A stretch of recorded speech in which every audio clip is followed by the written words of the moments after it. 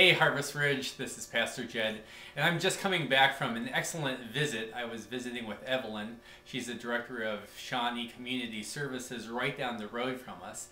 And during our Christmas Eve service, we took an offering and we made a decision to give all of that offering away. We split it between a ministry here in our own backyard and a ministry overseas. And it was just phenomenal to meet Evelyn and to hear the stories of how God is using her and how God is using that ministry to impact people's lives and to change them, and to hear how God is using her and how God is using the partners that are supporting her, that includes us, was just very encouraging. She kept on talking about vision, and she kept on talking about dreaming big dreams, and she talked about having a map and a path to getting to where God is calling us.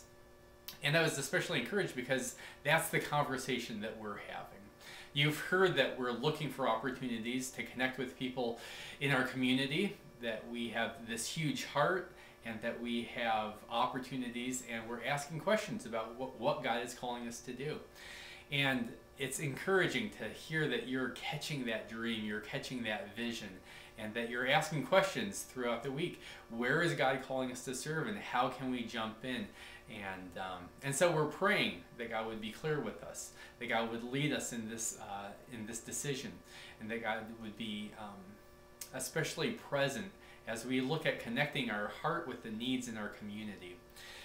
We're doing this in the middle of some pretty big conversations here at Harvest Ridge that are about change, and this is actually my Sunday morning office. I sit in here with the water heaters and with the pumps and with all this other equipment. I sit in here instead of in my own office because in my own office there's a Sunday school class that meets.